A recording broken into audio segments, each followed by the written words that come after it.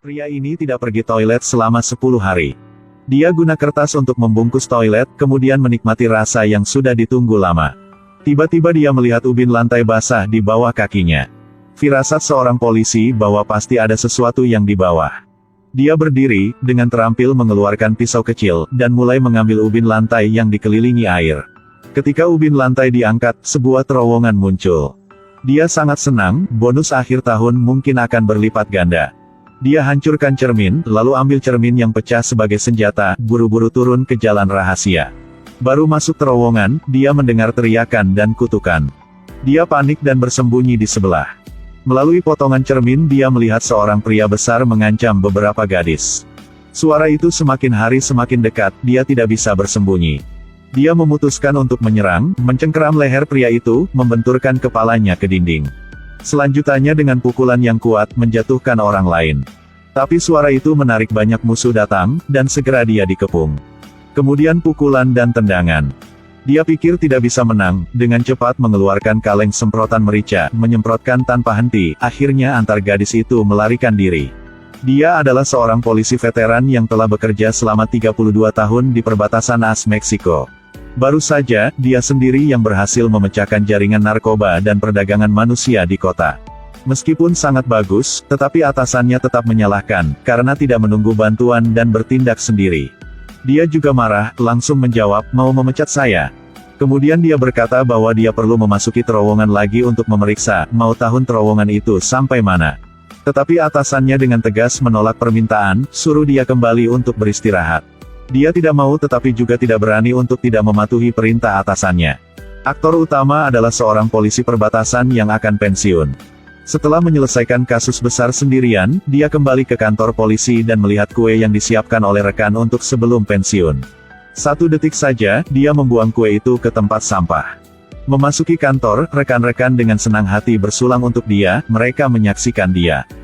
Akhirnya dia bisa menikmati kehidupan pensiun yang nyaman. Tapi dia tidak senang sama sekali, karena dia sangat suka pekerjaan yang dramatis dan berisiko ini. Sehingga dia tidak ingin pensiun. Seorang yang berpengalaman seperti dia, pada saat pergi ke toilet, dia memecahkan kasus besar. Kemudian pergi ke swalayan dapat mengenali penjahat hanya dengan pandangan sekilas, lalu kendalikan dia dengan lembut. Tetapi ketika dia menelepon kantor polisi, meminta orang datang, dia terima jawaban yang kasar, kamu sudah pensiun, jangan khawatir tentang apa-apa lagi. Sekarang bisa melepaskan saya. Kemudian dia pergi ke Meksiko, di pantai ini dia memiliki rumah kayu kecil yang belum dia selesaikan. Mungkin, ini adalah tujuan pertama dalam kehidupan pensiun dia.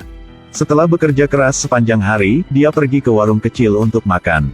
Pada saat ini, gangster di sini juga dengan agresif memasuki warung dan pesan kue, lalu pergi tanpa membayar.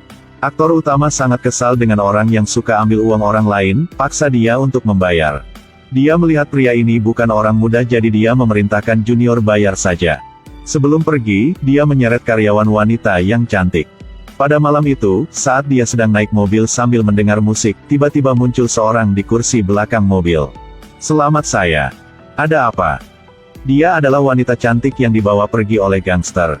Dia mulai cerita, pemimpin gangster mau membunuh dia, tolong bantu dia ke Amerika. Tetapi dia tidak mau, langsung antar wanita ini ke kantor polisi. Tapi semua polisi di sini tunduk pada gangster.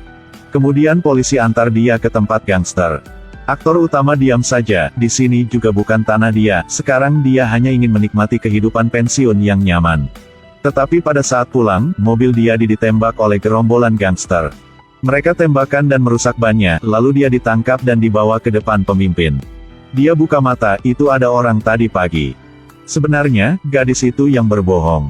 Dia mengancam pria ini untuk menjauh dari wanita ini, atau dia akan membunuh pria. Pria ini pasti setuju. Dia melihat sikap pria juga cukup tulus. Biarkan dia pergi saja. Dia pikir semua sudah selesai, tetapi pada hari besok, wanita itu datang lagi. Dia marah dan mengusir wanita, tetapi ketika dia buka pintu dan melihat wanita karena dia ingin melarikan diri, dia dipukuli, dia melunakkan hatinya. Wanita itu terus-menerus mohon bantuan untuk membawa dia ke Amerika, kalau dia masih di Meksiko, gangster pasti menemukan dia. Karena dia sudah hamil dengan gangster. Kemudian wanita itu langsung pingsan. Tidak ada cara lain, dia telepon mantan rekan dan minta mereka untuk bantu menghubungi imigran. Pada saat dia sedang berbicara, bawahan gangster sudah datang ke sini. Dia minta wanita itu untuk sementara melarikan diri, ambil pistol dan keluar sendiri, mengancam mereka untuk pergi. Tetapi 1 detik saja, dia menyelinap oleh mereka, jatuh ke tanah. Kemudian 1 orang masuk dan mencari wanita itu. Akhirnya, dia menemukan gadis itu bersembunyi di bawah lemari. Wanita itu menerbangkan senjatanya, lalu guna semprotan busa yang sudah disiapkan sebelumnya dan menyemprotkan ke wajahnya. Sangat cepat, dia menjadi orang pertama di dunia yang terbunuh oleh semprotan busa. Di samping itu, aktor utama juga mulai melakukan serangan balik, bergegas untuk menekan musuh, berdua jatuh bersama ke tanah. Setelah perjuangan yang sengit, dia berhasil menyambar pistol, lalu mengarahkan ke musuh. Dia menangis dan memohon untuk hidup. Dia melunak dan membuka hati. Tiba-tiba, beberapa tembakan datang dari belakang, dia juga jatuh.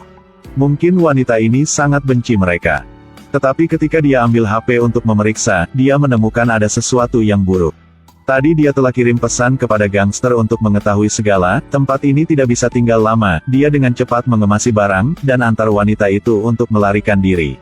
Dan sekarang mimpi buruk yang akan menyusul.